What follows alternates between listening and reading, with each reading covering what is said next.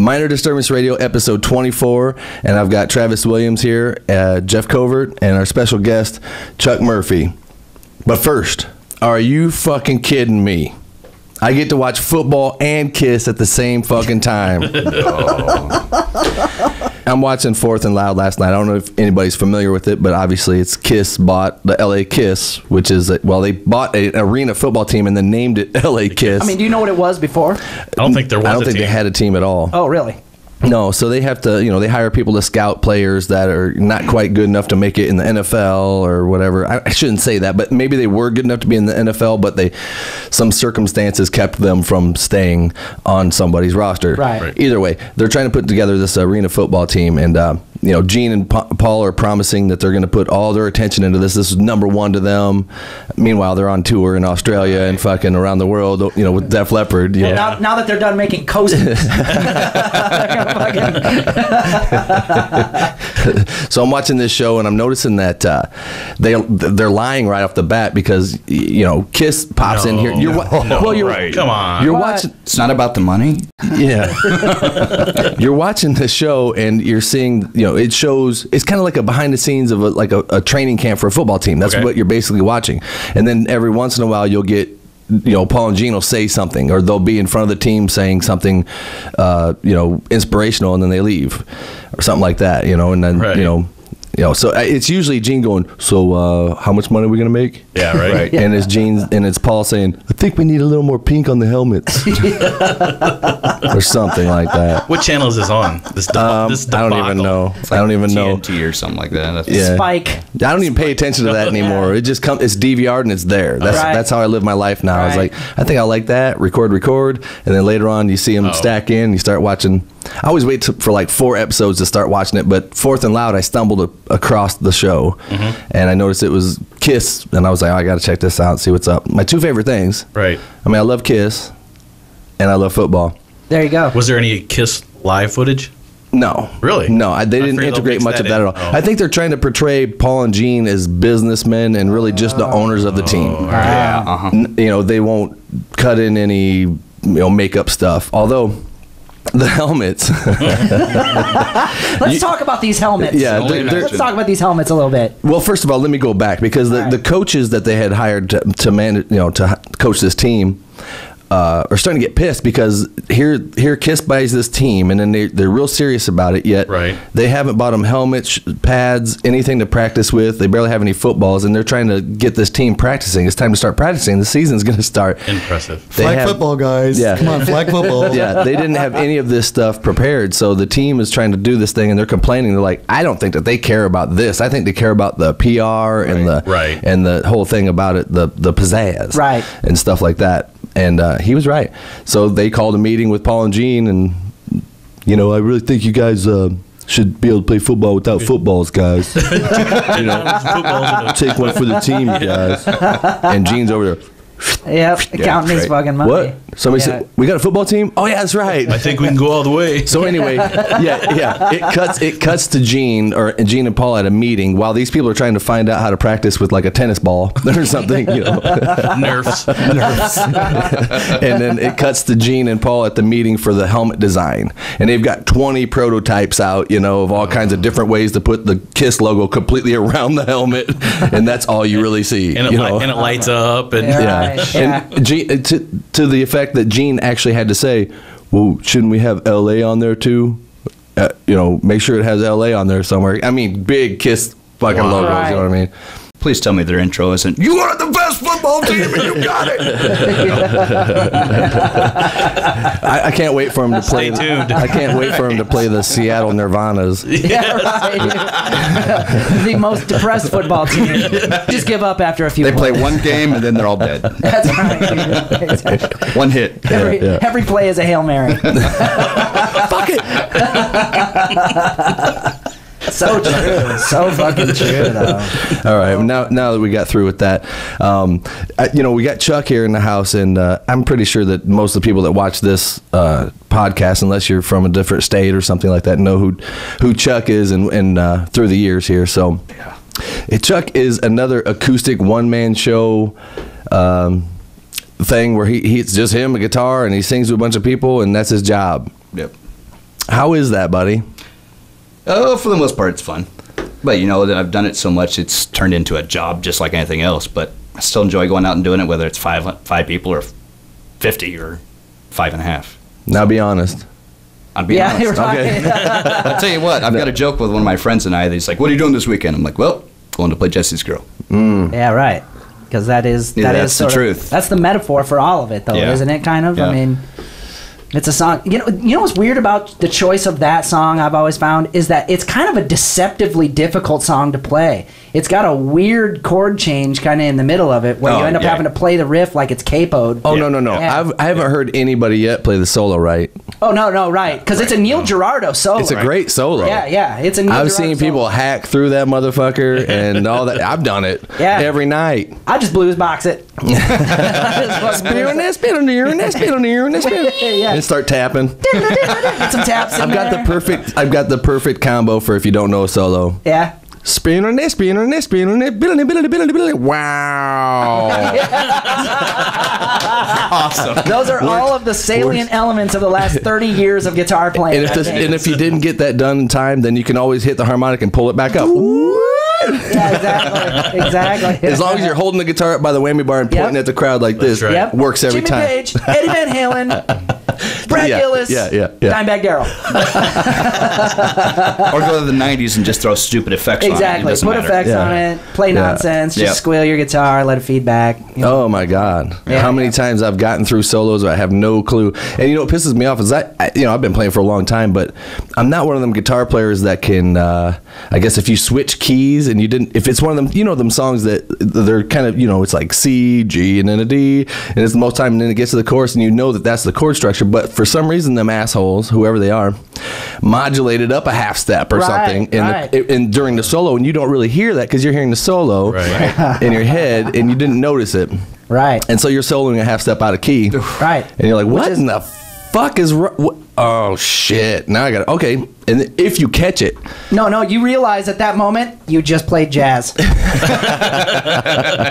what happened. Like I said, just played jazz. I've been telling guitar friends of mine this for years. And I'm not in a big position to give advice and stuff, but I've always said, if you hit a wrong note, grab it like you fucking meant it, That's man. right, man. And That's people right. will think that you did something cool. Bend the shit. Right. Because you're always a half step away from a right note. That's so right, man. just grab it and bend it. That's right. He'll be dude. there eventually. I mean, and that's the note that makes those little Japanese girls on YouTube go fucking stab themselves in the chest with a fucking samurai sword. They would never hit that note. Yeah. But that's the risk, man. That's rock and roll. Right. That's rock and roll. Right. Yeah. So I want to get back to Chuck over here and you've made a career of this. One thing that I've admired about what you did was you set out when you first said you were going to do this, I was kind of like, yeah, that'll last him about 2 weekends and he'll be back in the band. Yeah. And because that hankering for full drums and bass, you got a gang with you instead of just one guy standing there. Oh, he's been making noises too, by the way. You posted something, you're like, oh man, I think I want to get loud again. Well, yeah, but you go, what happened is I went to where they have a rock band karaoke. It's where they have a full band, then you get up there and sing with them kind of thing. Badass. And I did Surrender by Cheap Trick Fucking with them. sweet.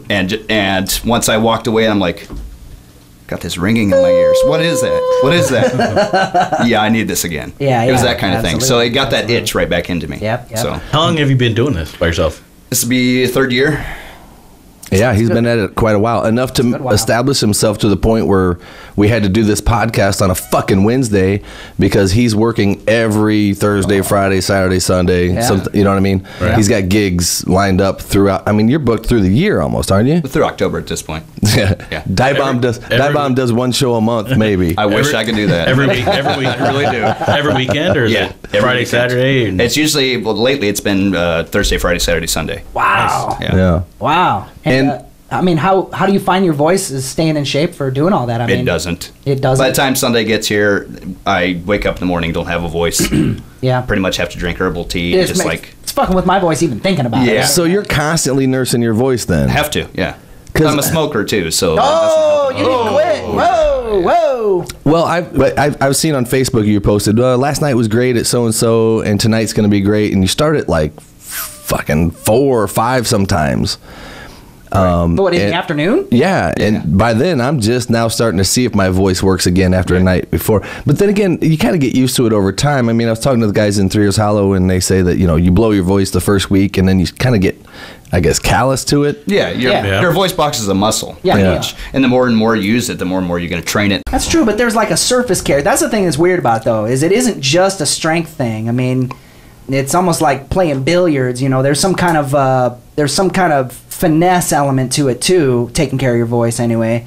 That because the edges, the actual outside edges of your larynx, really affect your tone quality. And of course, if that surface is messed up, then you can't get resonations above a certain frequency. I mean, we all know that feeling where we can't get above a certain note that we could usually hit. Yeah. You know, and that's fucking terrifying. That's like my nightmare, by the way. That is my nightmare, not being able to sing a note that I want to sing. Exactly. Are you talking about, for me, what happened was, when I was in third rail, I used to be able to sing Steelheart, Never Let You Go, or what, Angel Eyes. Though. Damn. Yeah, thanks for busting me out. I think I already told everybody that's a hard song though. So even in C, I'm getting your ass later. I'm getting your ass later. Yeah, the band's fucking getting out capos and shit, and he's all like, Well, let's put it this way: the note that I hit is a G, a high G, and the note that what's his name in Steelheart? Yeah. Mike, come on, Jeff. I call on you one fucking time you get to talk and you can't fucking answer the question. You look his name and pronounce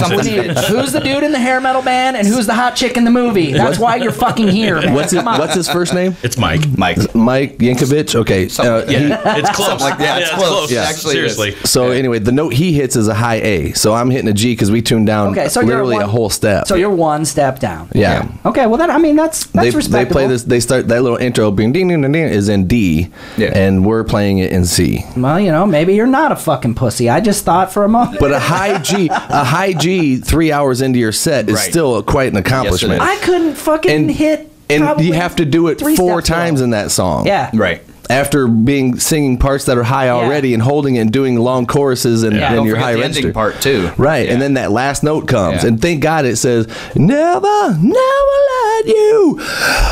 And you can get the breath. You know what I mean? Yeah. No, and then hold that and then try to get a vibrato while you're looking cool, lean back like this. Yeah, but you got to get the little...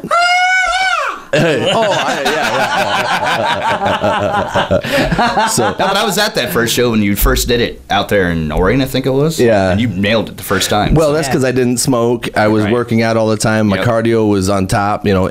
But basically, when I was practicing with Diabomb, getting our set list together, we just for fun, somebody, you know, Hazen or somebody whipped out the intro to that, and he was playing it in where it was supposed to be. Right. Whoops. Not happening. There's no fucking way. Yeah. And I used to be able to sing to that record in my car and hit that all the time when I was in my 20s. Sure. Pretty consistently. You know, that's what I used to warm my voice up to was Dream Theater, Images and Words, Slave to the Grind, Skid Row, and then that one. Steelheart. A couple of that first record. Them were the ones that I learned to sing to. Yeah. And so now I sing like a girl. Well, no, I remember the first time I heard your voice on a tape. Chris Noth actually played it for me, and I was pretty taken aback. I mean, I don't know where you were when you first heard Brian sing. Like, I only knew him as a guitar player. So... What's weird is none of them the recordings that you heard were probably on 8-track or 57 mic, into the board. I think you were just delivering that stuff to Noth maybe because you wanted to like get his opinion because you respected him as a musician. You knew he'd been in bands. You knew he'd been around a lot of people that were good. I mean, the funny thing that made me first hear you guys is I remember when I was in a band calling around to try to find a record studio to go record our album at, and called up to Billy Pfeiffer's studio. He's like, have you ever heard Drop Hammer? Have you heard Drop Hammer disc? I'm like, no. He's like, you need to pick it up. It's the best thing that's come out of the Quad Cities, you know. Billy said that? Yeah. Wow. And I was like probably 18, 19 years old, you know, so of course I wouldn't listen to it, and that was probably, 98, 99. Yeah, we fell right in. He's talking about my band Drop Hammer, and we fell right into this little pocket of time where not too many people were doing CDs around here. Right. And I knew right off the bat that if you did your own shit, now everybody's doing it. I know it. I remember. But if you put out your own record that legitimized you and put you a couple notches above the other bar bands that were playing Jesse's Girl. Right. So it made you look legit, you know, and then all of a sudden everybody's like, oh, them are them motherfuckers that are trying to do a record, you know. Right. Yeah. Well, then you not only had to have a CD, you had to have a good-looking cover for your CD. Because at that point, I mean, I think when please correct me if I'm wrong, but when CD burners came out, I think we all thought to ourselves, we can make our own CDs. We're going to be so rich. We are going to be so rich. You see yourself in your little office, like burning CDs in your burner, putting stickers on them. Writing on them with Sharpies. Mailing them out. And fucking MTV's playing your video. Oh, man. I'm keeping all the money, bitches. What a dream life. But, I mean, that's a far cry from what the reality of it actually ended up being and the sort of changes that we had to make as we went on. I mean, you're in a cover band now. You're doing the acoustic one-man thing, and you still don't play music. Nope. Yeah. Which is, and that's really sort of not interesting at all. Trying to figure out where to go with it. Yeah, no, I just had to be honest. But, so, I mean, I know I brought up the idea that you were, you started to get the Jones again for getting loud. Yeah. That's sort of my question about the one-man acoustic thing. I mean, how satisfying is that to you? I mean, how satisfying is that really? Well, for me, it's the whole joy of taking one song, because while I'm up there, I don't just like, oh, this is just an acoustic version of this song. I can actually still hear the full version in my head. So to me, it's gratifying because I'm putting my own twist on something. Like Cheese Pizza does. It'd be stupid for them just to go out and play the songs like they wrote. Exactly how they wrote, dressed in normal clothes like we're doing right now. Sure. It's the whole aspect of taking a song and trying to make it your own. Yeah. And in reference to that, Chops McClintock, the guitar player in Cheese Pizza, he's also in another band called the Krank Daddies, and they just put out a new fucking video. Yes. And it's called we're gonna play a video now. Okay, it's video time. Yeah, that was my cheap ass segue from I was like, how am I gonna get to Chops' video? Yeah, he said Cheese Pizza. Thank you. Yes. Segue. But this is called Johnny Cash Kicks Ass. I think. He does. Yes. Right. Johnny Cash Kicks Ass. All right, I'm gonna eat some bacon and watch. All right, here we go.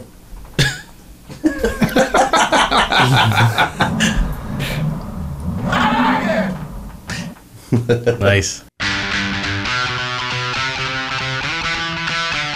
If you guys have never seen these guys live, you need to. They bring it every time. And I love to watch him play. I believe every word he said. And I think about when Torino, out back behind a casino, I see a man laying there with a gunshot to his head. Johnny Cash, Johnny Cash. He was a man in black and he really kicked some ass. Johnny Cash. But I loved it when he turned and said, I'm Johnny Cash. Rockabilly rebel, a rough cut king of country. The grand old opera never was the same. But I heard he got the boot there when he busted out those lights. One thing for sure, they never forgot his name. Johnny Cash, Johnny Cash. He was a man of black and he really kicked some ass. Johnny Cash. But I loved it when he turned and said, I'm Johnny Cash. Great.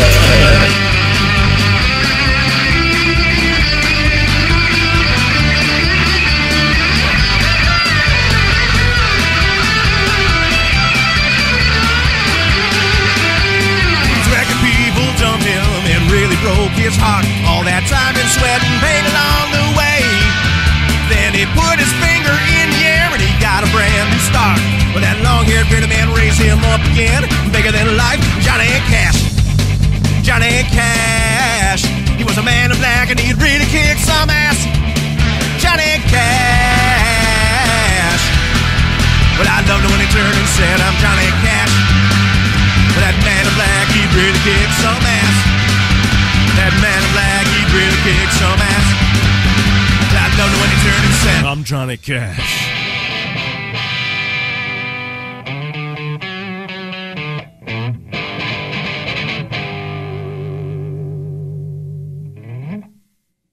Absolutely. There you awesome. go, buddy. That's awesome. Short and sweet. Yep. Yeah. Short and sweet for sure. Nice. Yeah, so, what's cool about Chops is, first, he's fucking hilarious. Absolutely. He's a great character. Like I said, I tried to fill in for him. I wasn't trying to take his place. I was, actually. But I was hoping he'd quit, to be honest with you. And then it wouldn't have mattered because Lee would have fired me probably about 2 months later anyway. So,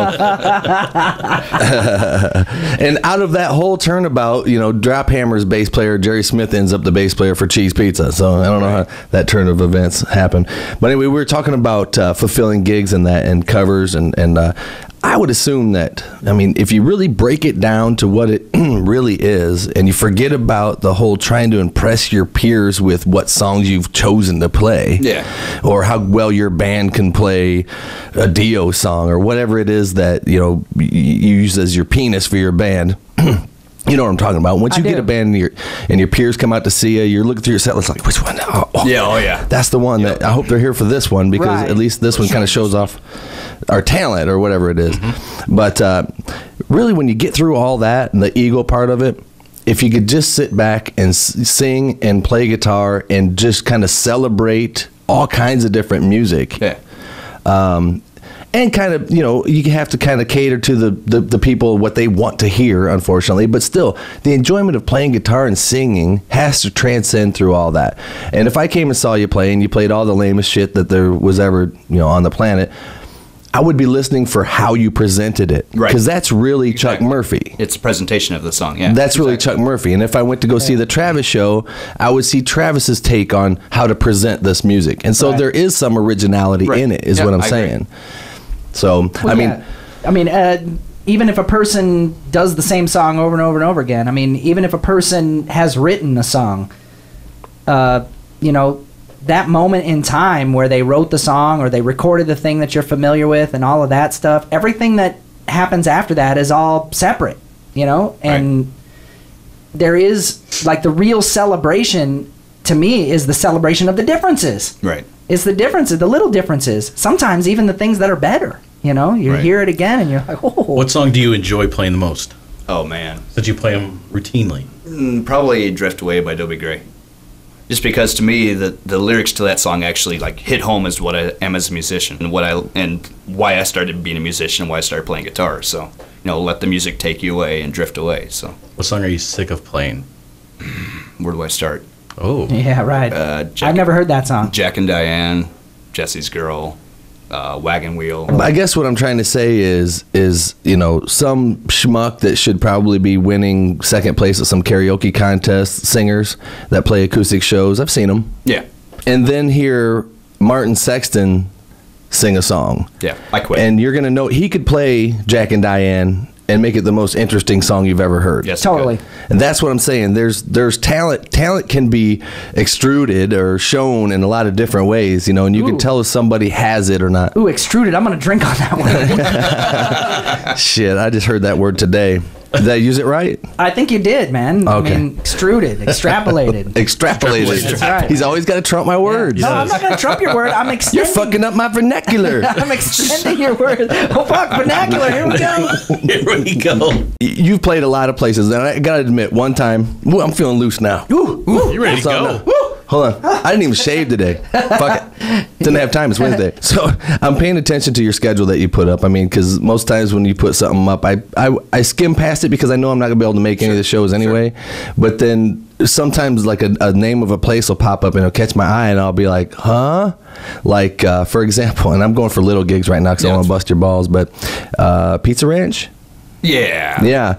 So sometimes it's about the money. Okay. Right. Sometimes it's about the ranch dressing. Dude, that place has fucking awesome ranch dressing, dude. I went there and I was like, Pizza Ranch. I wonder if the ranch is good. I ate the pizza. It was decent. I tried the ranch. It was fucking amazing. Yeah. So, yeah. Now, to go back on that so I don't sound like a greedy asshole. It's not always about the money, but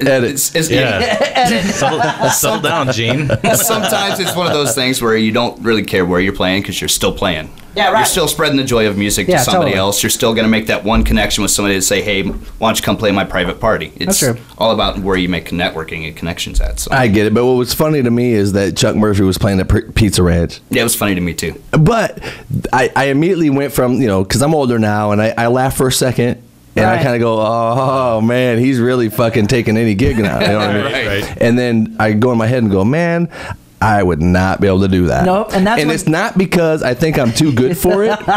It's because I've been on stage in rock bars with a band behind me and had 5 people there that didn't really want me to be playing. Right. They want to just eat or do whatever they're doing. And I can't, you've got to be able to whip them up and make them enjoy what's going on. Sometimes it ain't gonna happen though, man. No. It ain't gonna fucking happen. I've been to You're too many interrupting gigs their where I'm deal. like pulling out every stop I can, and they're all just.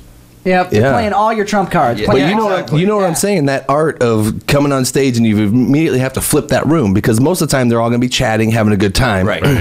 And then all of a sudden, ding, ding, ding, ding, how you guys doing? And I'll be your entertainment for the night. You know, and the PA feeds back for a second. You know. They're all like, right? Yeah. And they look up and they see what looks to be like an Olin Mills photograph of you standing in front of a split rail fence with fucking hay bales and a wispy filter. I'm like, what the fuck bullshit is this, dude? Right. These fucking glamour shots? What am I looking at? It's terrible. Yeah. So, you know, you find yourself at Pizza Ranch and do you ever figure out, you know, like, how in the fuck did I end up here? No, because I know why I'm doing it. I'm doing it to support my kids. I'm doing it as my job. Man, So- I got to respect that response because he really is. I have to get up and go to work in the morning, just like all of us at the table except for him. And he's making music his career. Although we all know as musicians, there's not a retirement in that. No. And there's obviously not health care unless Obama gives it to you. Right. And you get paid cash a lot so you can... Anyway. Edit. Yeah, edits. So, I mean, I'm going to get real personal with you. Sure. And I'm going to do the math, and you tell me if I'm close. Okay. Okay? That way you don't have to give up a number. But I'm assuming that if you did a Thursday, Friday, Saturday, Sunday, you're coming home with close to $800 a week playing your acoustic and singing. Close. Close. High? Higher? Or lower? I was gonna say Close. I thought you were asking if he was high while he is. At the Pizza Ranch. I was gonna say, hopefully. And how many hours a night is that singing? Well, once you take away breaks, it's 3 hours a night, usually. Okay. Yeah. And you're having a good time. For the most part. Sometimes it's a drive, sometimes whatever. But yeah, I mean, that's, that's a good living. Oh, yeah. Just doing what you love to do. Right. Yeah. So I admire that, man. Yeah, that ain't bad. I really do. That ain't bad. That's all right. So, and good luck with that. Like, we had Doug on the last episode, so that he's another acoustic one-man show. Great. Yeah. He really surprised me the first time I see him because I remember him from, when we were like 15, 16-year-old kids in a metal band. Right. And then he said, I'm going to do the acoustic thing too. And I've been telling him for the past 2 years, I'm like, dude, it's such easy money. It's fun. You don't have to deal with 4 of the retards behind you. You only have to deal with one retard. Exactly. If you argue with yourself all One night, you're retard. still fucking winning. Yeah, So. right, Yeah. right. So I'm like, and they started doing it, and I went out and saw him for the first time, and I was completely blown away. Wow. How much he just fell into it naturally. So Wow. Yeah. How far do you travel and do this? I go anywhere from Chicago, Des Moines. Really? Yeah. Wherever Wow. my motto's always been, you got the cash, I got the guitar. There Wow. it is. Boom. So There it is. Nice. Boom. I love it, man. I mean, that's cool. I mean, that inspires me. I gotta say. I mean, when I think about how, I got a voice, I got a guitar. Sure. If I could just go out and use those two things, I could conceivably make as much money as I'm making at a factory. you could. Now, but you But can't you'd also depend have on to it. stay up till 3 o'clock in the morning and making all That's your right, contacts that's right. and doing your own Right. website. That's right. Yeah. And all of the stuff that I do at the factory is all like no brain shit. Yeah. You know what I mean? I don't. Yeah. And it's dependable from Yeah. week to week. Right. I mean, I got a union. You know. Yeah, what I mean? because if I miss a show, if I have to call in sick, or Yeah. if somebody calls and cancels It's not me, like the money, I'm it's- just missing. I'm not Yeah. just calling in sick to work and missing $40-$50 for the day. I'm Right. missing like almost a week's worth of work. Exactly. Right. So it's Exactly, it's yeah. risky. That is risky. I mean. Goddamn. One cold and you're broke. Yeah, yeah, Well, yeah. Your line chart looks like this. You know what I mean? I'm like, I Yeah. got this plateau going. Yeah. Right. Yeah. And there's something to be said but there's something to be said for both of it because on the one hand, while your stuff is unsure from week to week, I mean, my stuff is steady, but holy fuck, is it soul crushing? You Yeah. know what I mean? It's like,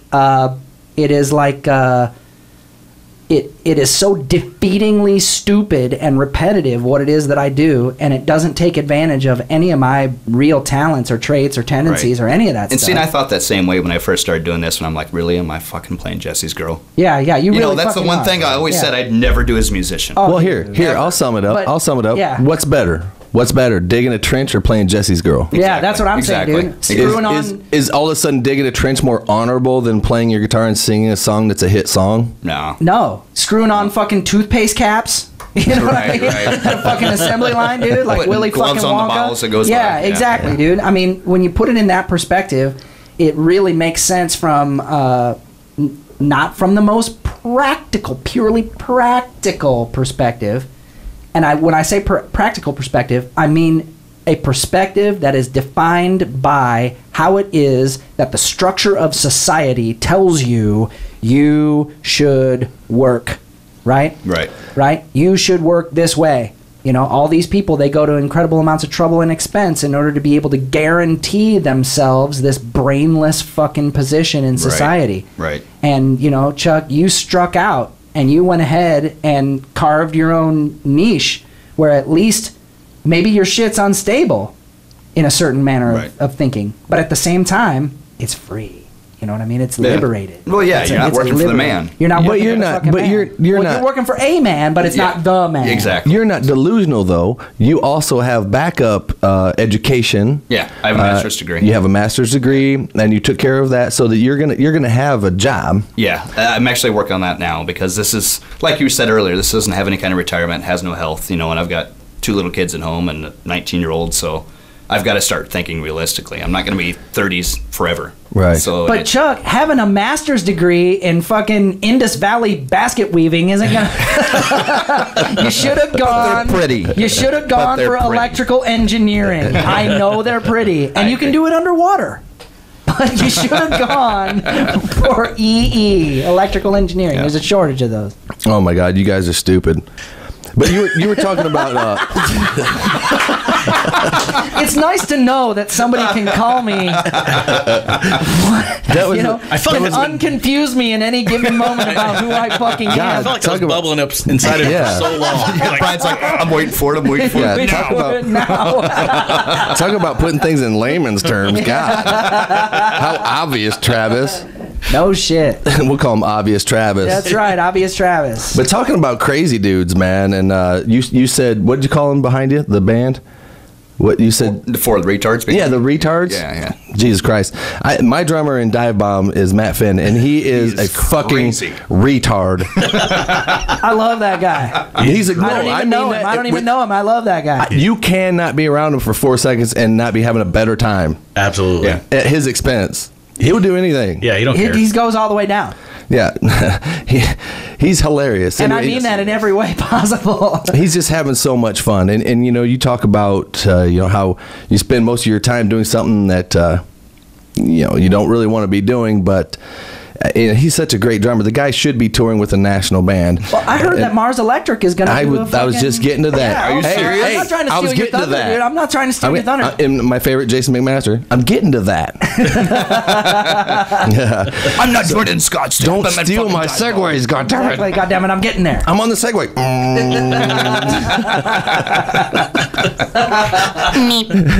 So anyway, Matt Finn used to be in a band that was signed to Sony Records, and they were called Mars Electric.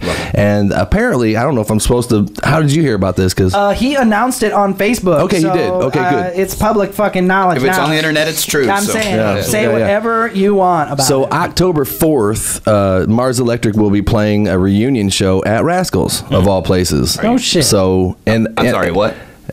Yeah, Mars Electric is playing a reunion gig at Rascals. The original lineup and everything? The original lineup.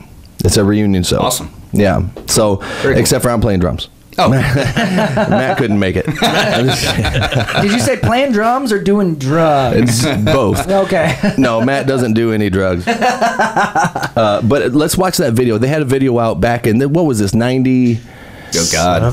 And actually, I had the poster of this on my wall. So I remember Billy Pfeiffer and I driving over the Centennial Bridge, and we were listening to the radio. It was a rock station, and this song came on, and Bill, knew Matt pretty well, and I did too, from Clinton, up there, the Pigpen days. Yep. And that song came on, and Bill shook his head and he went, "Matt's gone, man.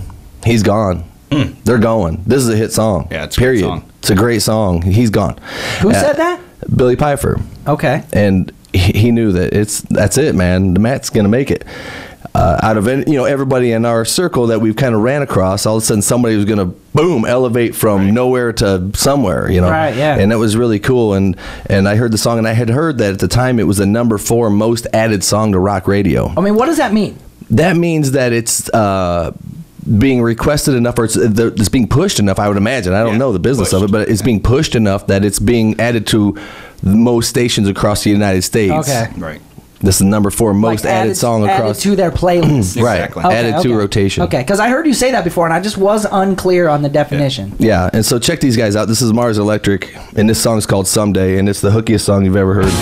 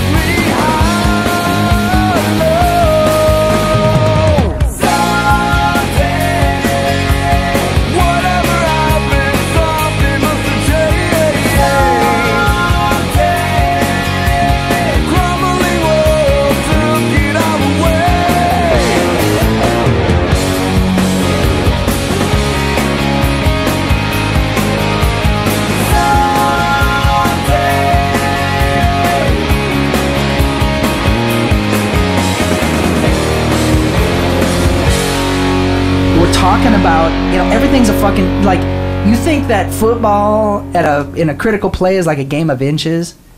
Music production is like a game of fucking angstroms. You know what I mean? It's like a game of fucking nanometers. It's like the smallest increments of difference between doing things one way or the other is the difference between something being exciting and breaking out and something being just like another face in the crowd. Yeah. And another... Yeah. What we were talking about was the production on that song is obviously 90s style production. And Chuck did bring up, if we're not going to put that in, Chuck did bring up the fact that obviously there's going to be data compression, there's going to be audio compression. It's going to change the way that the sound is on, And let me YouTube. tell you this too. Yeah. The only reason that video exists is because Matt happened to have a VHS tape of it. You're kidding me. And he brought it to me, and I downloaded it. I turned it to digital into my computer, and I put it up on YouTube.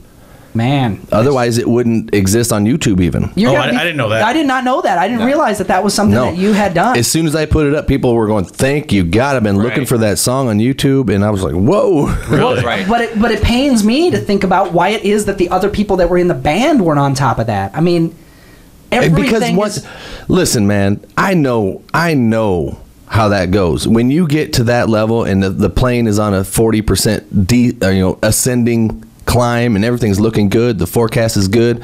You're the number 4 most added song to rock radio, and a year later or 2 years later, you're back home. You just kind of wipe your hands and walk You away. wipe your hands and you get back up and you live life, and you don't really look back until all of a sudden some other guy that is your friend goes, "Hey man, wasn't there a video for that?" "Oh yeah, I have it." You know, and then it comes back up, and then you see it again, and you go, "Man." So, And do you think that good. maybe the posting of that video maybe even had something to do with that band coming back and doing a show? I'm not going to take credit for that, but I'm not gonna now say that you that he mention was, that, but- now that you mention I'm just that, saying the it might- raw act of it. But here's the other telltale sign is if you put that up there and that's not the best version, the best quality version of a digital upload of that song, did somebody come in then and say, "Oh, people want this," and put in a better version of it, like something that was digitized? Hasn't happened yet. Higher bit rate. I haven't seen it yet. Higher resolution. I hope it happens so that I can take this video off of my YouTube channel and give them the monetizing for it, because Oh, dude, they deserve it. They should have it, man. well, it's got quite a few views, and it actually got me excited because when you watch your overall views on your channel, it was like you had 2,000 views today. I was like, yes, and then it says, but it was Mars Electric. Right. It wasn't Minor Disturbance Radio. Calm down. It actually said that. It said, "Calm down, Brian. It ain't your fucking video." See, but that's kind of like humbling as a musician, though, knowing that 2,000 people are still out there after your band's been away for how long? They're still out there searching for your music on YouTube. So I think what happened was we got talking about that Mars Electric thing, because I can't stop talking to Matt, because he's one of them guys. He was closest to it of any person that I know. Mm-hmm. And his personality is...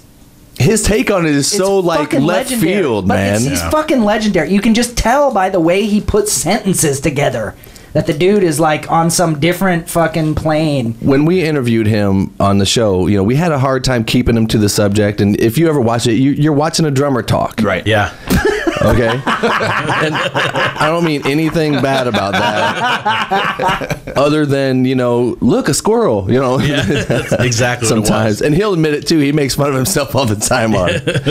But when I talk to him candidly after practices and that, and I'm just hanging out with him, becoming friends with him basically, and I'm ribbing him. I'm asking him about these memories and bringing it back up and telling him, man, at least you did that.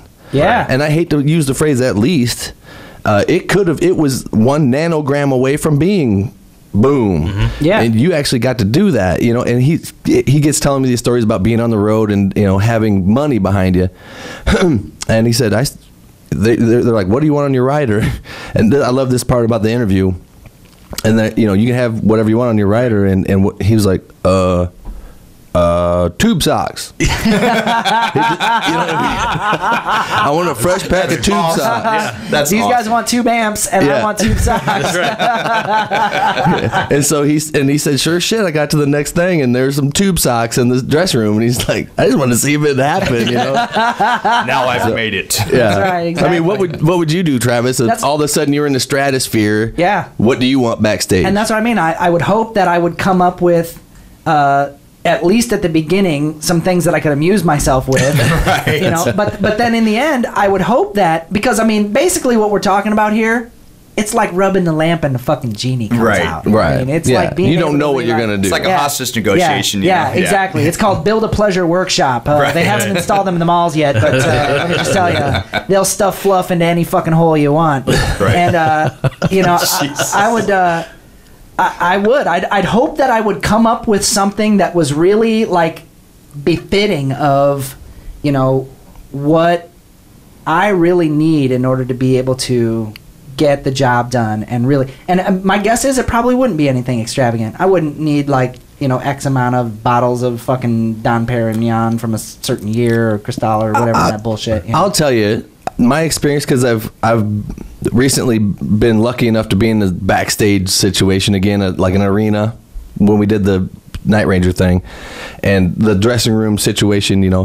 We're so used to, if they had like a bottled water back there for each member, we'd be like, yes, man. They do care about us. Oh, fuck, dude. They do. This isn't They even actually fucking, did something. They put something in there. It's not even Nestle Pure Life. It's like Hy-Vee. fucking, it's fucking Aquafina. but the caps lose. Don't drink it, man. Don't drink it. and so Slapping it out of each other's hands. So we're backstage. We get, we come to the door. We get our passes. We get our whatever. Your dressing room's back there. They show us our dressing room. And I'm not, by any means, I don't care what you guys think. I'm not bragging. I'm just telling you how it went. Whatever, dick. Yeah. So we get our backstage place. We walk into the room, and there's we got a dressing room that had like the mirrors with the lights around it and stuff. Whoa. One of them. There was one in there. There was a mirror with lights around it. Yeah, dude. No, that's fucking amazing. I'm not being sarcastic. And then that's legit. And then it's basically a concrete room, no rug, nothing. Right. Okay. Yeah. And then there's a folding table and like 2 chairs sitting by it. And as they're taking us in the room, we're freaking out like, yes, man. We have 2 chairs and a table and a mirror. And then they said, what do you guys want? What do you mean? Yeah. What do you mean? Well, I'm going to need these walls carpeted. This is way too fucking boomy in here. And so we said, I said some water would be awesome. I mean, even if it was just out of the tap, I don't care. And they bring us, they brought us some water. And then I remember the guy that runs the show down there, he comes up and he goes, you guys can get what you want. I mean, quit being, this ain't the pig pen. We're going to need a Hummer full of bitches and an 8-ball of Coke. Did you at least get your own pizza this time? Let me finish the story. I'm getting to that. Everybody's ruining your story. Everybody's fucking stealing your thunder, dude. So, fucking stealing your Thunderdome. So anyway, we're throwing pizza at each other in the dressing room. No. 2 men enter, 1 man leave. But basically, so we got to ask the waitress, because each room has a person that brings you whatever you want. And so can we get a 12-pack of Coors? And they're like, yep. And they brought it back, put it in ice. I was trying to help her put the ice in the thing. She's like, that's my job. Whoa. Because it's tip-based. That's how they make money. Listen, if you bring Gene Simmons whatever he wants, he's probably going to flip you some money. Well, maybe he wouldn't. He would. Yeah. He would. He'd give you some coupons to get a free fucking... he'd bill you $20 for getting to see him. 25% off the casket. Of a casket. Exactly. That's where I was going. But I guess what I'm getting at is basically we had enough chairs. They brought us a few more chairs so that everybody could sit down. We had a place to put our bags and all this. And when I'm thinking of what I need in my dressing room, okay, this is what when you really think about it, I'm not in the dressing room, but because I'm going to walk around and look at stuff. Who wants to be sitting in there? You know what they're getting? They have a TV that they can watch. They probably all have game systems. And they also have a place for their kids and stuff for their kids mostly. Whoa. If they're that big. Yeah. I mean, Night Ranger took 6 dressing rooms. What? Jesus. How many people were in the band? There's 5. There's 5 guys. So 5 people with 6 dressing rooms. And one was for family. Wow. So yeah, that's how they did that. But the interesting part of it was when Cheap Thrill, who was the band right after us, it was Dive Bomb and then Cheap Thrill, who was John Corabi, Brandon Gibbs, Eric Brittingham, Jeff LaBar, but right. It wasn't Jeff LaBar. You guys are just such fucking scholars on all this shit, man. I'm just the odd man out on all that. But you guys are all wearing black shirts too, and I'm wearing this yellow shit. You didn't get what the memo? What the fuck? Get the memo sent to you. We're sitting in our dressing room, happy with our concrete room there, and I forgot to mention the full bathroom that was attached to it with the toilet. Oh, and you the had sink an ensuite and a shower. Oh, ooh. Okay, and we thought that every room had that. I guess we'd have been happy with just a conference room, empty. Yeah, that's what Drop Hammer got when we were there. It was just an empty conference room with one table, some chairs, and they gave us beer and stuff back there. But so anyway, Cheap Thrill, the Brandon Gibb, is that his name? Yeah. He pounding on the door. Somebody's pounding on the door. I'm like, they found out we ain't famous. You know what I mean? Grab your stuff. We gotta go. They're gonna put us in our real room. They're like, you guys I thought were Night Ranger. You're not that Sister like Christian Sebastian guy, Bach. are you? No. Yeah. No, but it's Brandon Gibbs, and he comes in, and he looks, and he goes, "You guys got a fucking bathroom?" And I was like, "Yeah, right there. You want to use it, or you got to?" You just want to know if we had one. Oh my god! And he was like, he was pissed then, because he's like, they just got a room. What they thought was just a room, but they didn't realize it was the home team locker room that you had to walk up a ramp, and then there was like 20 heads in there and like shower stalls. Yeah, They didn't notice that part, but they were pissed and they were getting mad about how they didn't have a bathroom and how bad they had to poop and stuff. And they, don't you know how hard it is to find a place to poop? So, no, I got a bathroom right here. Oh man, I just rubbed one out in the shower, dude. Just come on in, man. It's all good. Yeah. So, but they have at the iWireless, I saw it. They have tons of different kinds of carpet. just in case. They have all setups for the rooms. They'll set the rooms up with the lighting that they want, with the kind of carpet that they want in there, the kind of furniture. They had leather furniture. They had all kinds of different furniture that they'll put in the rooms for whoever it is coming to town. Yeah, because I saw wheeling down the cart down the middle of the hall, the hallway that goes through to all the dressing rooms, and they had some lamps and some couches and stuff, and they're wheeling it. And I was like, in here, and they looked at us like, I don't think so. Dive bomb. Don't know you. Yeah, right. No, I was surprised that our thing on the door didn't say like local support, because they usually don't even put your name on it. TBA. Somebody's kid stenciled it in. But what was really cool is on the actual itinerary, the tour itinerary that's on every wall, every 10 feet backstage, so that they know what happens when. Right. It said, what we went on at like 8 a.m. or something. 8 a.m. dive bomb. Right. It's actually on there. It usually just says local support. Right. So I'll snatch that sumbitch right off the wall. Right. That's evidence, man. Yeah, I'll take that. Exactly. Even though it's a cover band, I mean, you don't really get that same fulfillment as you would if it was like, Drop Hammer. Come on, man. You got to pretend, Sure, though. you still do. You got to pretend, though. Yeah.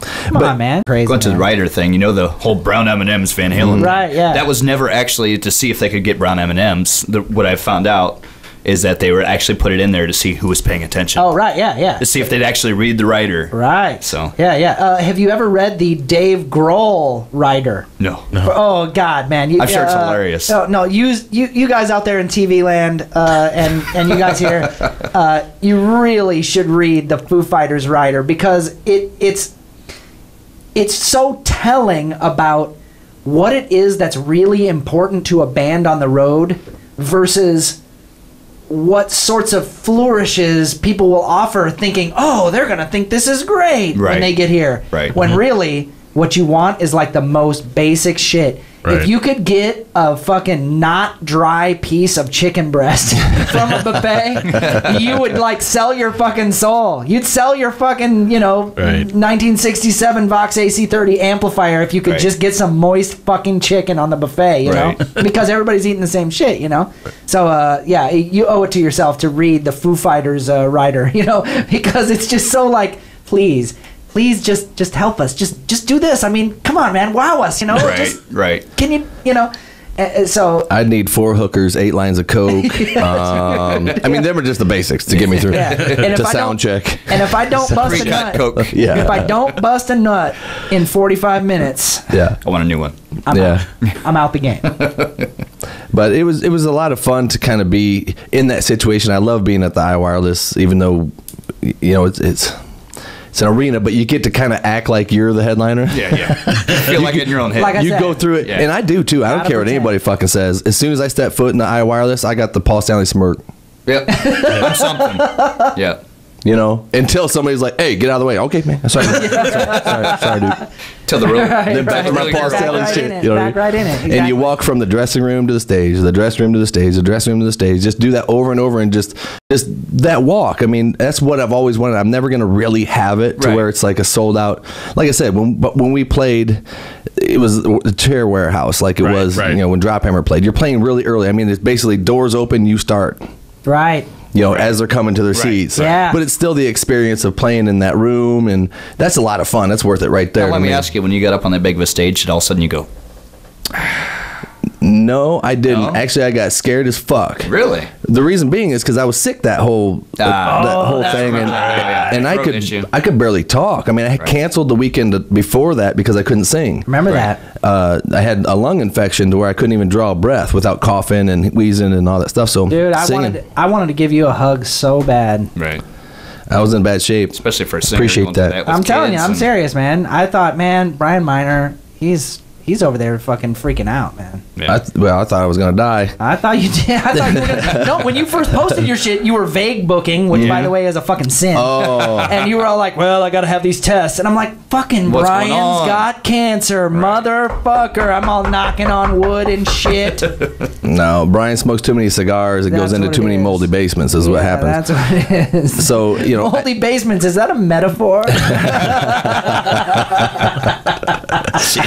No, because I didn't sing the whole time until it was the day of, and you know how nervous you are. Like, man, what if I open my mouth and just I still can't do it. Yeah, right. Because it's fucked. Everybody knows when you get sick, your voice is fucked for a while. And hey, for people that are not singers out there, it seems like you can feel the note there. Yeah. Like you think you should be able to hit it. You can feel it in your throat. You're like, okay, yeah, man. You know, also, but you don't know shit until the moment you try to actually sing it.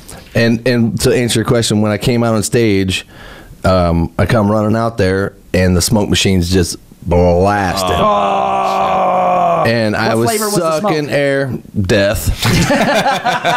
It wasn't pina colada.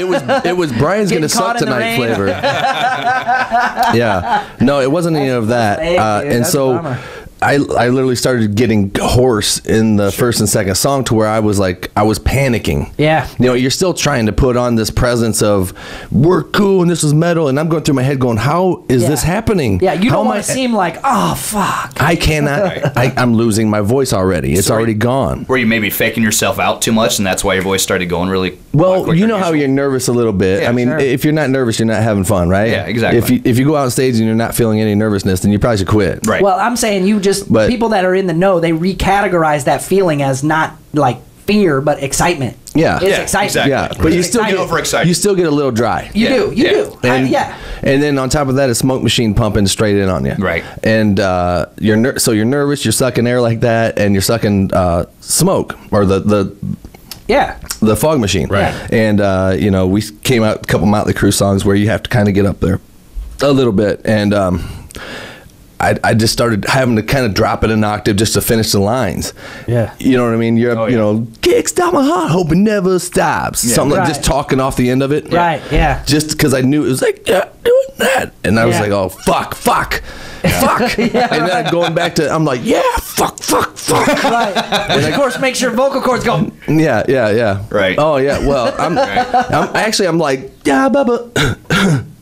Trying to clear my throat. I remember, man. Yeah. Anyway, so I went back to Jeff's amp and got the water off the amp. Forgot that I can't drink ice cold fucking water. They're ice cold. Yeah. So now I'm sucking down ice cold water on top of it and going, well, Brian, think of this. Get room temperature water because that's what you need. It'll numb your throat really quick. Anyway, so like about 4 songs in, it breaks through. I pull myself up by my bootstraps and go, fucking, you're a professional, Brian. You're gonna get through this. God damn it. Yeah. And I just started relaxing everything up because you start getting tense when you get nervous. Absolutely. And I just threw my shoulders down and went, it's going to be what it's going to be. Yep. Just throw it out there. And I told myself, what if this was night 4 on a national tour? Totally. And you were, this is it. These people are wanting to hear you sing. You've got to get through it. Yep. Right. And so I made it through, and towards the end, I could start doing some stuff that was okay. But man, when people come up to you after the gig, man, you kicked ass. And you're like, fuck you. Yeah, exactly.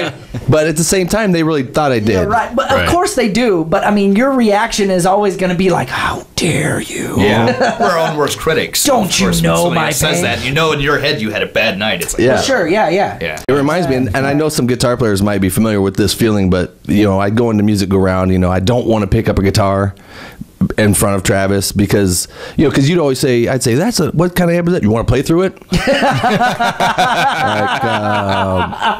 No. And then you plug me in, and I usually just hit like an A chord, G. Make sure I don't do any separate notes like at all, right? So that you don't think I'm trying to take off on something, right. Because here's minor, here comes minor. Watch what he's gonna do. The man or the scale? Yeah, let's see if he still can play because we know he's old now. Yeah. Anyway, so you give me some bonky ass guitar. Well, you give me a good one off the wall. I wouldn't fuck with you, man. You give me a good one off the wall. And then I plug you into something with shitloads of distortion. Yeah. I wasn't gonna plug you into something that's like you really gotta dig in. Like a B-52 or something. Yeah. Exactly. Yeah. But still, B-52. I guess I'm gonna get that. Here, play through this rectifier. Yeah.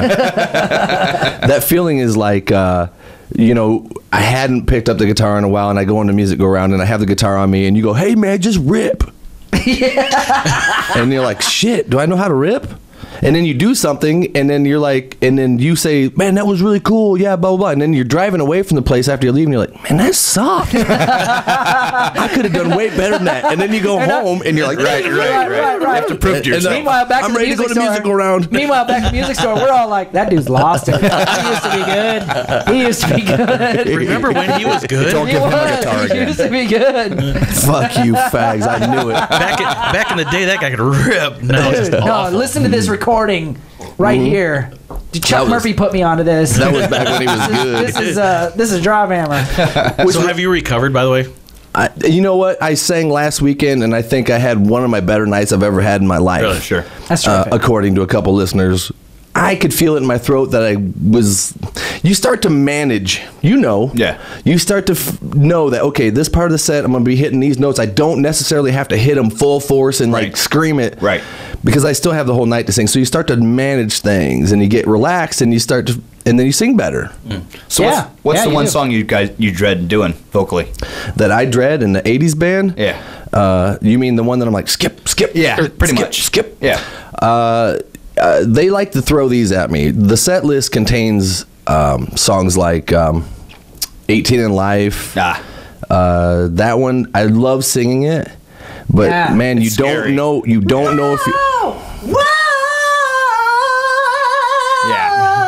I Yeah. mean, that's gonna It's fuck you very up. hard. And I'm doing it in my falsetto. Right. So. Yeah, and I'm doing it full voiced and sweating and farting.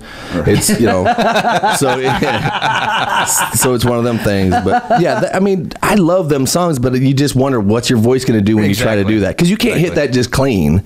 You have to grit it out as much as you can. You gotta grit it out, man. Yeah. You gotta put as much chest in there as you can, man. Yeah. I mean, otherwise it's gonna sound like fucking... And then what will happen is somebody will call out like "Your Love" or something, and just on them. Yeah. And then that's a clean note. Outfield. Yeah. Yeah, right. So now your voice is ripping. Which, by the way, I still go back to those couple of outfield hits, and I just love the way they sound. Yeah, right. Yeah. That's fucking fantastic. Yeah. The other one I always go back to is Always Something There to Remind Me. You said some, you were joking about how, man, he used to be good, blah, blah. I went back and, I watched some old videos of me playing in a band back when I was, early 20s, barely old enough to be in the bars, back when I was fucking on my game as a guitar. Thought I had a chance still.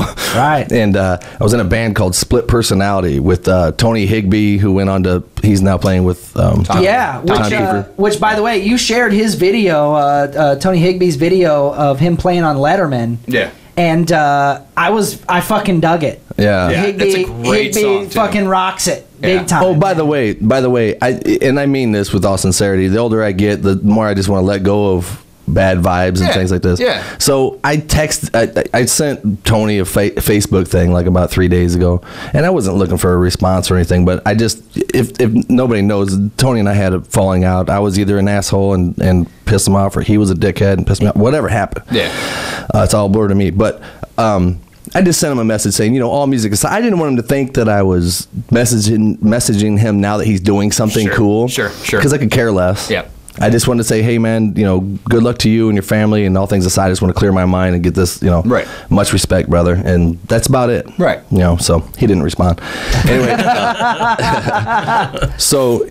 But you guys started Drop Hammer together. I mean, he was like the original dude. Yeah. He was Tony Higbee. Yeah. Yeah. So he was Tony Higbee. that might have been the cause of it right there.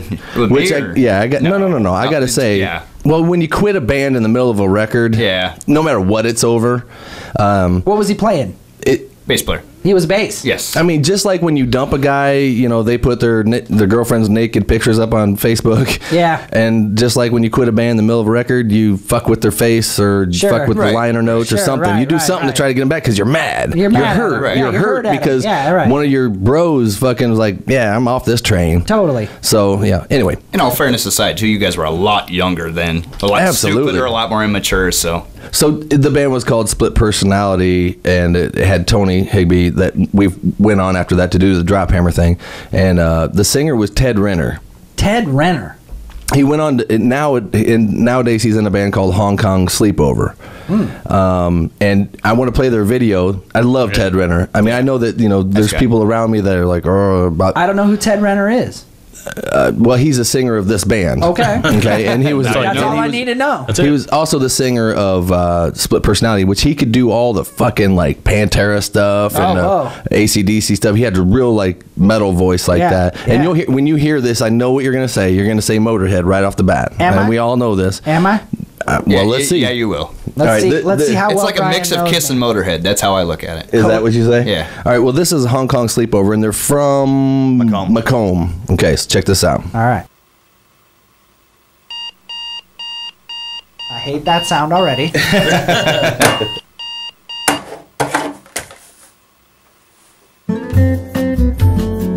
Motorhead.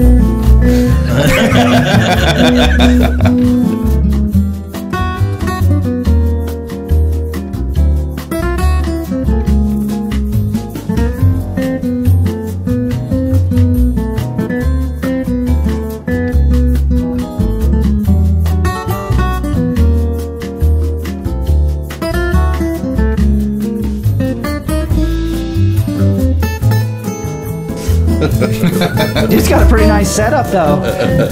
Fucking coffee and a KitchenAid, plenty of spices.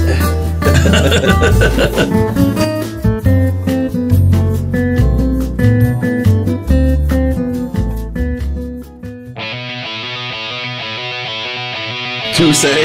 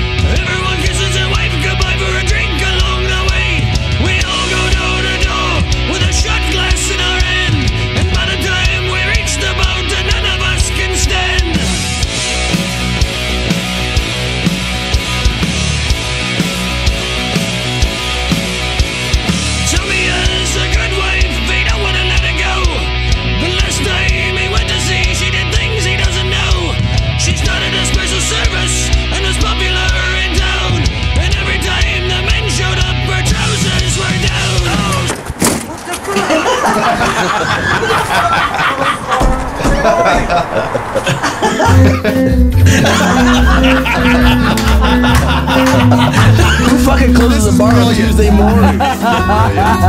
This is fucking brilliant. What's going on?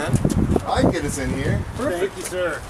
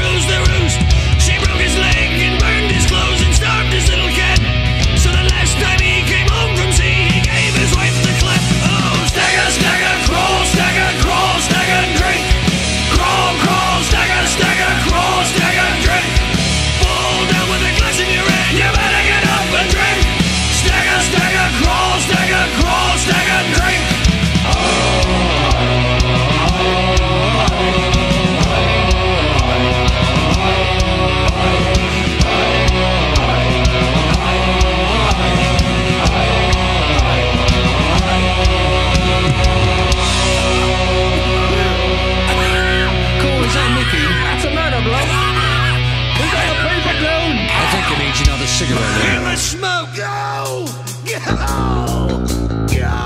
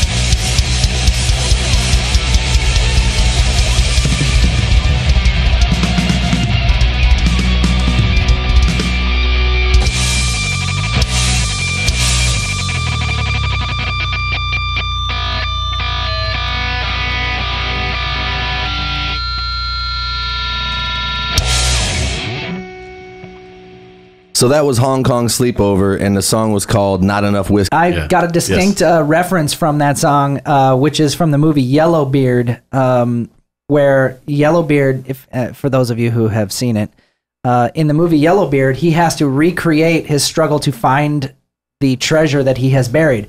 Now, when he buried the treasure, he was mortally wounded. So the way the treasure map works is not in paces, but is in stumbles and crawls. So it's like stumble, stumble, stumble, crawl, crawl, crawl, stumble, crawl, stumble, stumble, crawl, stumble, crawl, crawl, crawl.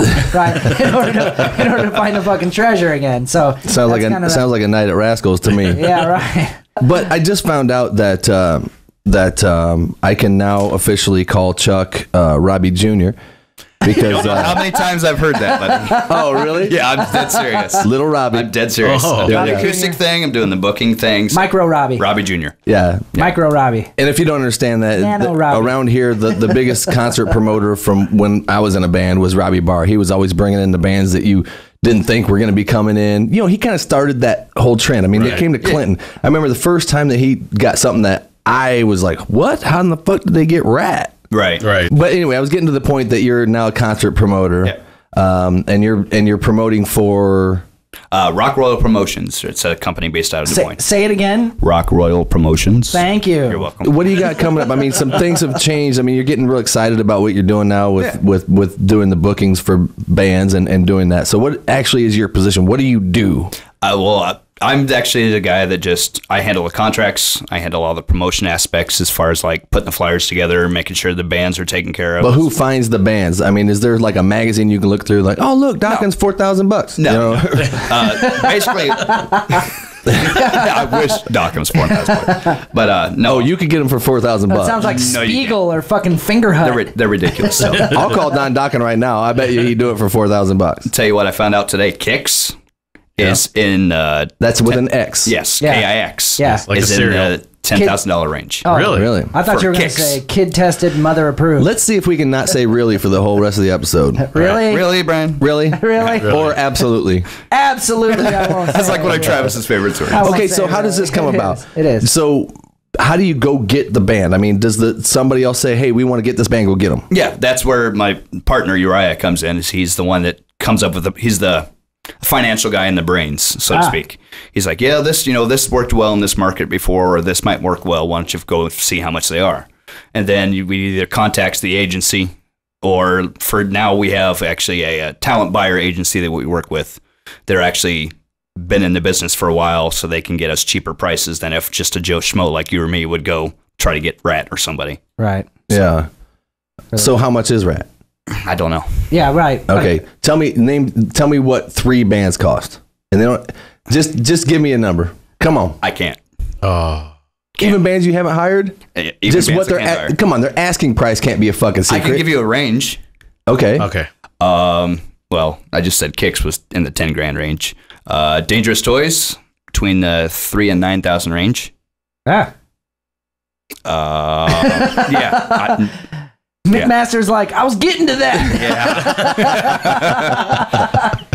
Yeah. Some people want to pay it more power to it, but no, not me.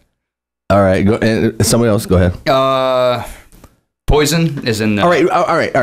Go ahead and finish that, but then I'm going to change the subject because you're getting really uncomfortable, and I want to... I can tell, man. Well, it's simply because of legalities. I don't want to be... Okay. Flinchy. So I could edit that whole question out and just start with this one. Right. What do you think, being a concert promoter now, that you've seen numbers and you kind of get a feel of what they've done, how much do you think Prince is? Just a guess. Probably 2 to 3 million. Are you shitting me? No lie. For one show? For one show. Kidding. $2 to $3 million. Well, that's not figuring in just his performance. That's figuring in the writer, production, all that kind of stuff. And you're guessing out of your ass too, right? No. Okay. No, not at all. You really think he's that much? Yep. Do you know of any other bands that are $2 to $3 million a night? Motley Crue. Is 2 or 3 million? They're up there. Kiss. You know how there was a question on Facebook about like if you could go back to any era and see any concert, right? What would it be? And immediately my mind was like Kiss live, Cobo Hall, 1974. Right. But then I'm like, no. Led Zeppelin. Yep. Fucking, and then 1971. You keep going back and back. You can't. You can't pick it, man. 1971, Zeppelin. Or how about Hendrix? I'd see Hendrix. Be at Woodstock when he played the Star Spangled Banner. That but was... he lit the guitar on fire. Yeah. No. I'd want to see him at the Monterey Pop Festival because he was kind of already like fading off his game when Woodstock happened. So I'd want to see him at Monterey Pop. But I'd love to see Chuck Berry in like 58. Right. I would love to see. When the whole concept of Chuck Berry was like totally out of this world. Yeah, I'd want to see Frank Sinatra in 44. Please don't see Elvis. Why not, man? Because I fucking can't stand him. Well, I'm telling you, what you can't. But hey, what you can't stand about Elvis is what he became once the machine started working him. His original Sun sessions are fucking amazing. Yeah. Are they really? Fucking amazing. Oh, do you not? Okay, do you not like him because of his voice? Just the overall. I've never been a fan of that type of vibrato. The fast vibrato. If it's gonna be fast, it's got to be Billy Piper fast, or it's got to be slow like Iron Maiden. But his is fast, but it's wide and fast. Yeah. Whereas like the whole Belinda Carlisle or like the Johnny Cash. That thing. Yeah. But there's a whole bunch of singers out right now who have that kind of more fast, tight vibrato, where it sounds more a little bit, goatish. I notice you don't use a whole lot of vibrato. My voice has never done vibrato, so. Yeah. You can't even try? I used to be able to, but I think it's one of those things too where my voice is just starting to wear down from doing so much that I'm starting to lose certain qualities. All right, just for fun, do Run to the Hills. No. Just off hey, I got an acoustic on the wall. See, I make fun of that song. Because I do it like, run to the hills. You know what I mean?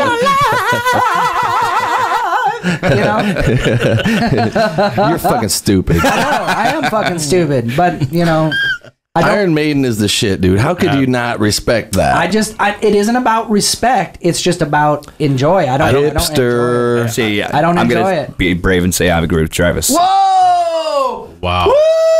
This is one band I could never get into. I never liked the vocals, and I always thought the guitars were just kind of blues boxy and lame. See, I'll take it back. Bruce Dickinson's solo stuff, I dig the shit out of. Never heard it. It's awesome. Well, how about Judas Priest? See, now I like him because he's not Bruce Dickinson. Well, because he's not wearing striped tube socks and leather pants. No, that isn't even it, man. And I'm going to try to categorize it for you. That really what it is that there's this sweet spot where when you use vibrato, it doesn't go so far outside of the center frequency of the note that it doesn't sound like you're going above and below the note. It still sounds like the note just being modulated. Right. If you go too far, it literally sounds like you're like almost going back and forth between the note above and below. And that's the way. Yeah, and that's the way I always felt about Bruce Dickinson. I always felt it was too wide, like the shift was too wide, and I just was like, ugh. It sounded out of tune to my ears. Right. Whereas I liked it. That's where, like, how when you're hearing something and your ears tickle, like with that, I get that when he does that. And I don't like that. Not for long periods of time that way, I guess. And just but sometimes that's all I heard. That's all I heard. I think Oscar Wilde said there are two flavors in life, and it's yum and yuck. And all of us have a tendency to categorize everything that we come in contact with in favor of one flavor or the other, whether we like it or whether we don't. And it's hard to categorize why it is that we find that. And it was that, all I can say is that the first time I heard that sound out of Bruce Dickinson's mouth, it hurt me. I didn't like it. It felt wrong to me. I didn't like it. Whereas when I heard... I'm getting bored. I'm getting bored with this conversation, Travis. Fuck off. Who invited these buttholes? But when I wasn't. We gotta take our show back, Jeff. Start from scratch. I wasn't that big a fan. Mandatory Maiden. I wasn't that big a fan of Judas Priest either, but. When I saw him at the Mark, I became a fan. That's what I mean. Yeah. When I understood what that man does live and how it is that the studio thing really is just like this moment for him and that dude can do it. I found a whole bunch of, I forget what the site, Upworthy or something like that, put up a whole bunch of just vocal tracks, just the vocal tracks alone of a lot of your favorite singers. Yeah. They had Phil Anselmo doing Walk, just the vocal track. Which is hilarious. Yeah. It sounds just like the record. It really does. Cool. Oh, I mean, it is the record. That's the take. Yeah, that's the take. David Lee Roth ones are just hilarious. And they you are hilarious. And you also, I'm with you, man. And you also get to hear the effects that they actually have on the vocal track. Sometimes, and sometimes they're bone dry. Right. Yeah. Rock. Yeah, all that stuff. That's hilarious. But they had Ronnie James Dio, and man, listening to his voice just by itself, you really get a feel for. He's awesome. Of course, they had my favorite or your least favorite Bruce Dickinson. Oh, the worst ever would be like David Lee Roth. If you hear that naked, without anything, come on, Dave. Give me a break. Hey, one break coming up. And you wonder if that was staged or not. He's all in the studio. It's like, and whatever that. He didn't take it that serious. See, that's like the difference between Van Hagar and Van Halen. Yeah, is Van Hagar was more serious about what they wanted to do. We're a band and make pop music. Exactly. And Van Halen was just about we're gonna go in the studio and I don't know what I'm gonna sing today. But we're gonna do it. I saw an early interview with Eddie. You can't go romantic in a subway line. Yeah. Single booba ladder looking for a movie. He doesn't even know. I think a lot of his lyrics are just random stories they put together. I think you're right. And he made shit up. This goes, we're good. I like the way the line goes up the back of the stocking. No. Don't take them off. Don't take them off. But I'm just saying this. Like, I watched an early interview with Eddie Van Halen where he was doing some promotional shit for Kramer or whatever. And they asked Eddie Van Halen, hey, is there anybody doing anything with the electric guitar right now that you like? And he, without like missing a moment, it was, is there anything that anybody's doing with the electric guitar that you like right now? No. Come on. Right? You're asking Eddie Van Halen this question? He was like, no. But all right, let me be the interviewer. You be Eddie Van Halen. Yeah. Okay. So Eddie, is there anything that anybody's doing on the electric guitar that you like? No. And then he had this look like, is that wrong? My hip hurts. Right. Yeah, my tongue doesn't feel so good. But Jesus. But the thing about it was that, like, at that time, when he said that, he then qualified it. And he goes, well, I don't even like what I do. But it's fun. Yeah. Right? And if you think about what the ethic of Van Halen must have been at that time, it was nothing about this is quality. You know what I mean? No. Right. It was all about this is what we're doing to bust our nut. Right. Phone rings, okay? And on the other line is 3 different people. And I'm going to ask you which one you would most want to go have a beer with if they called you, okay? All right. So the phone rings. Bling. Hey, it's Diamond David Lee Roth there, man. What are you doing? Let's go have a beer. Do you go? I know what you mean. Probably not. Because you might die. Yeah. Right? Like that, but you can never take him seriously. Nobody's fucking around when he's not. All right. So. Why does that sound like Damon Wayans coughing? You guys don't remember when phones went By the way, The Razor phones. The second one was more persistent. It was, yeah. I programmed my phone to sound like a 1981 Bell trim line. Just so you know. We could mic one up, man. We should, dude. Fuck. So, all right, the second call. What is your ringtone? You got a call. Or whatever it does. Okay. Hello? It's your wife. It's your wife. It's your wife. It's your wife. Dun, dun, dun, dun, go. Anyway, we'll go back with the bellling. Okay. Okay. Yeah, what's up, Chuck? This is Paul Stanley. Hey, I was wondering what you're doing tonight. With a voice like that, I ain't going nowhere with you. You know you're being propositioned. What do you Fucking mean? indecent proposal. It's, hey, if you go out with me, it's like you pull the lever and all the fruit will line up. Yeah, I bet it would. I think he said I pulled the lever and all the fruits lined up. So, like, Nothing symbolic about that. I'm trying to think of the third caller now. Let's See see. where he's gonna go with this. Just wait it out. Wait for it. All right. Hey, Carly, it's Ace. You want to go have a beer? Hell yeah, I would. Hell yeah. We'd go drinking with Ace Frehley. There you go. That guy would be fun to party with. Would you go out and have a beer with Ace Frehley? Fucking A, I would have a beer with Ace Frehley. Yeah. But, you know, Out of those three, who would you go? Out of those three? Yeah. Oh, absolutely. Paul Stanley and Ace at the same time. And I'd get them drunk and make them fist fight. Yeah. Hell yeah. I'd just be like live claymation. I'd be like, Ace, guess what Paul just said about you? Instigated? Yeah. Hey, Paul, guess what Ace just said about you? Ace be like, what? That's what I was going to say, though. It'd be like live claymation. Yeah. How is that even fucking possible? Like that MTV Celebrity Deathmatch kind of stuff? Yeah. That's what I mean. It totally would be, except it'd be live. But it would still have that weird kind of surreal, Right. Is this really happening? like plastic surgery falling apart quality to it. Are you talking about celebrities fist fighting still? Yeah. Matter Okay. of fact. Yeah. Well, that was what, like 1990 on Celebrity Deathmatch Yeah. that happened, and Kiss got beat up by NSYNC or something. I stopped watching that day. When I was watching somebody in NSYNC beat Ace over the head with his arm or something like that, I was like, all right, that's enough. Bye.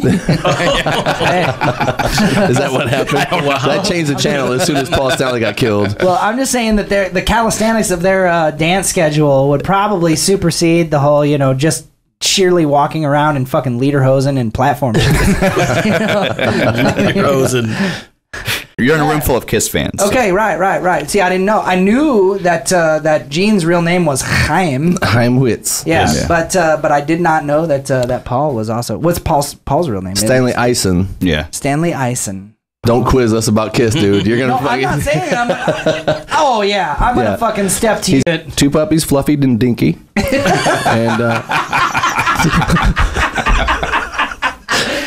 he sits in pink cowboy shirts and cowboy hat and watches the horse run by like Kirk Hammett does. You should. Anyway, so you're promoting gigs now. There's the segue. See, and that's how Brian denies what he should do with himself based on the sheer fact that he fucking knows this trivia.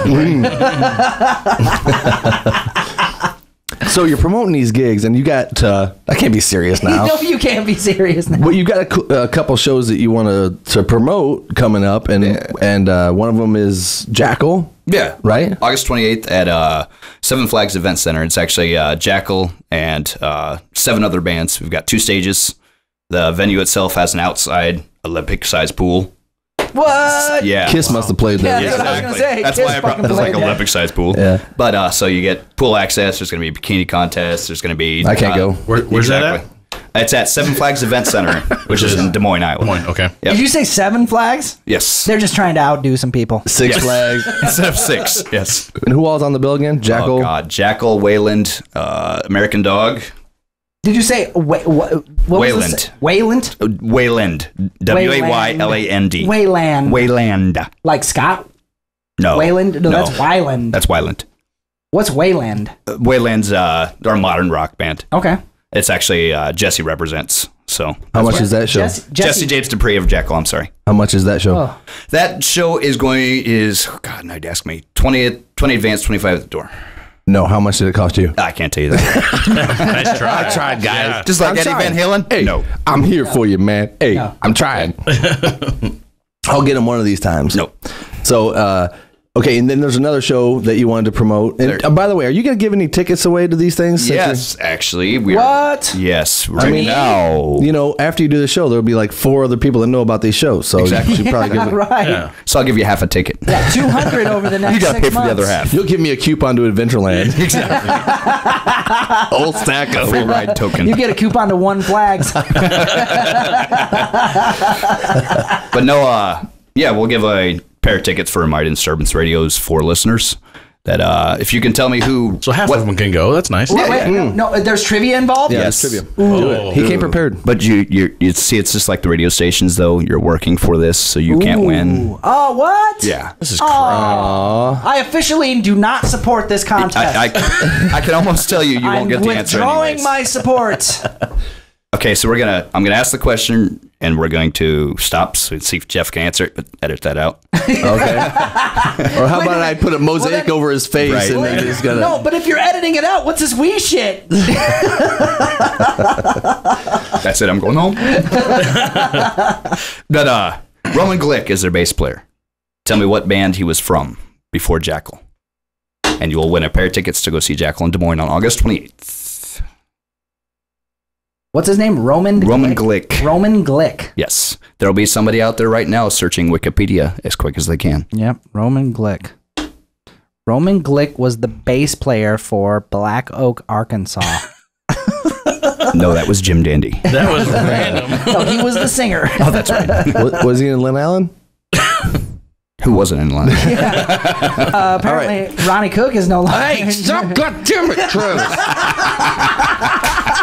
The Travis Williams Show with no vibrato on the last note. That's right. It's not going to be all. Travis Williams Show. Nice. Okay, so 5-second edit. Start over. Saving Abel is going to be August 22nd, downtown Des Moines. That's next weekend. 28th is Jackal with a two-stage outside thing. Then September we have Will Hogue, who's going to be at Woolies in Des Moines. October 31st we have Winger and Think Floyd. And then in November, I can't say the location, the actual venue yet, but we have Bret Michaels on the 22nd. Ah. okay, let me ask you this, just really seriously. Sure. On the what was the first band that you said? Saving Abel. Saving Abel. Yep. 1152's opening that. No. Should be. No. You're the promoter. No. Why? Because it's one of those things where you have to have the local draw as well. You have to have the local band on the bill that's going to draw their people in to help. Well, where are they playing? In Des Moines. Okay. Yeah. So If Saving Abel can't fill their own club, then why are they touring? don't know. God damn it! Give some local boys some love, man. Well, yeah, 1150 sure. If they were playing here, Just- of course. just- Well, who's just the let me local ask band you that's this. opening up for the them? local band is a band called Index Case. It's been around since like the 90s. Okay. So they're a good Okay. band. They're Yeah. local. Yeah, All right. So just do me a favor though. If you ever get an opportunity to absolutely. get my boys, man. Yeah, I'm down with my boys from 1152 for sure. And like I said, when the You know what though? I kind of fucked them up last episode, and I was like, "Oh, I hate 1150." No, I love 1152. Yeah. Don't think for a moment that I am out here talking trash on you, man. I love you guys for sure. I apologize for the appearance of me tonight. I'm looking a little rough. You are, dude. I did. shaved. I shaved I didn't. before I came over here. I didn't. What happened? Stanley would say, I think you look cute. I think you look really cute. So I got to my shower fucked up is what happened, and something in the valves, you know what I mean? The water would dripping and fucking squirting out and shit. And so I'm like, fuck, I gotta get a new faucet. And come to find out, you can't just buy new handles. Not in you know what I mean? You gotta buy the whole plumbing behind the wall and shit. And thank God my buddy Ben Clancher was here to help me out, because I was looking for a plumber on Facebook, like, anybody know any plumbers? Plumbers, give me a plumber. You know, because I was already like 2 days late on a bath. You know what I mean? Short of like Mario and Luigi, I really don't have much for you. So and everybody's saying things like, well, I can't get a plumber until, you can't even make an appointment until like Friday. That ain't no bullshit. I'm like, fuck, that's gonna be way too long. So anyway, I tried to do this myself. Go to Lowe's, buy the new handle, the assembly, the pump, and I look in the wall and I'm like, oh, I'm fucked. So it's it's that, lead pipe, or not lead, the galvanized steel pipe. Anyway, so we're down there hacking out the fucking pipes and putting, changing it to PVC. I didn't know you could go from that pipe to PVC. Anyway, so we're putting this thing together and we're trying to get it to work and all these things, and we couldn't quite figure out. We got everything done, the handles, and we got water coming out. Okay, it's working. It's coming out of the spigot at the bottom. Right. But we couldn't get the shower, the pipe to go from there. You had to bust the whole wall out. Oh, fuck. And we couldn't. We weren't going to do that. So we tried our best, and we just couldn't get it to work. And so no shower. You got no shower now? No shower. No, it's fixed now. It is fixed but now. I am so thankful because, I didn't have to. It just got fixed today, right before the podcast. So, thank goodness. But here I am. I had to take a fucking bath. I had to. My wife was like, Brian, god damn, dude. She doesn't like your stink? Not enough soap Seriously. in there. What? Seriously. So I get my fucking 6'2", 300 fucking pound fat ass, and I find my wife takes a bath all the time. So I'm like, all right, I'm gonna fucking try this. I'm imagining when I was a kid. Remember when you were a kid, you're like, could swim in there. Right. Yeah. No, that ain't true anymore. I felt like a fucking elephant in a mud puddle, dude. I was in the tub, almost ready to, I filled it up. I get in, it's like dripping over the edge already. I'm like, shit, and my feet are curled up. I'm in like the giving birth position in the tub, right? And fucking trying to wash myself in there, and my dick's like floating in the water. Like, Can we stop talking about this now? I'm getting mental images. And I'm looking at myself all crunched up in there like grape ape. What the fuck? So I'm fixing that shower today. Horrible experience, man. When's the last time you took a bath? I took a bath. Well, you're littler than me. 2 days ago, and I am littler than you. But the thing I like about it is you got to kind of credit card your ass to get all the fucking, I'm gonna say sediments. Why are we still talking about this? Yes. You gotta get the sediments. So Chuck, what's going on? Out of there. Hey, Jeff, how you doing? All right. What, man? We all What? wash our ass, man. Well, nothing, Brian. Yeah, we wash our ass, and then we float around in the stale water that's like fucking tea. It's like fucking sun tea in there. It's never ending. No. I think we need to start our own podcast, Jeff. Right. Yeah, have fun. We're going to be talking about washing our butts while you guys are all serious. Right. Okay, nerd off right now. I got it. And now that I got you two in the same room, I've been waiting for this, Here it okay? is. Here it is. Okay, and I need some sort of buzzer, something they can, okay, whoever, It's so sad that's not an air horn. that's all I can find, man. Oh, and if you come up with the answer, clean my keyboard. Yeah. All right. Okay, you guys ready? Because this is Not really, but go ahead. Sure. And you don't answer it, you say me, okay? Oh, okay. And then you can answer. So you don't answer over each other, okay? All right, okay. The original name of Pantera. Oh, wow. I know I've heard it. I don't remember it. Edit. Got it. You got it? White Diamond. White Diamond? Wasn't it something Diamond?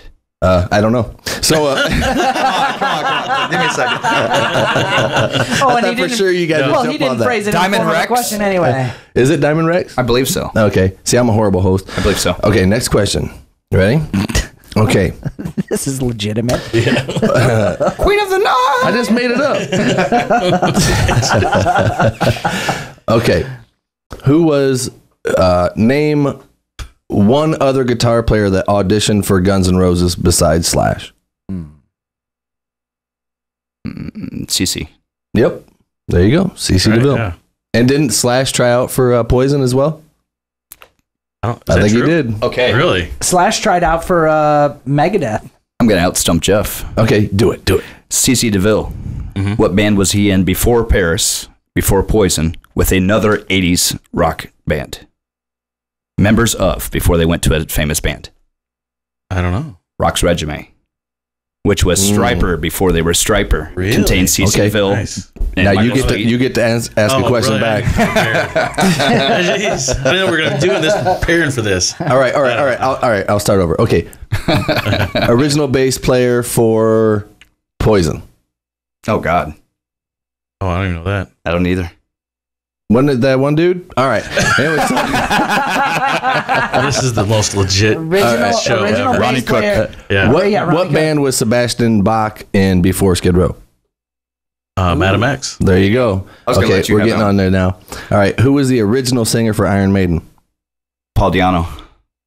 All right. Yeah, Paul Di'Anno. They're good. Who was Bon Jovi's lead guitar player before Richie Sambora? Oh God, I didn't even know there was one. Yeah. Wait, I did know this at one time. Don't remember. Nope. Snake Sabo. Oh, That's really? right, he was. That's right. Yeah. That was a bad career decision. No shit. Wow. Yeah. Yeah. Well, this podcast is over. So We were supposed to do that and come prepared for class. You've got some serious editing to do, my friend. I don't think so, man. I kind of like it. Yeah. I kind of like it. Yeah. But anyway, episode 24 of Minor Disturbance Radio. Thanks for Chuck for coming in. Thank you for having me. Thanks, Jeff, for making it finally. Yes. And Travis, as always, man. Salute. Adios.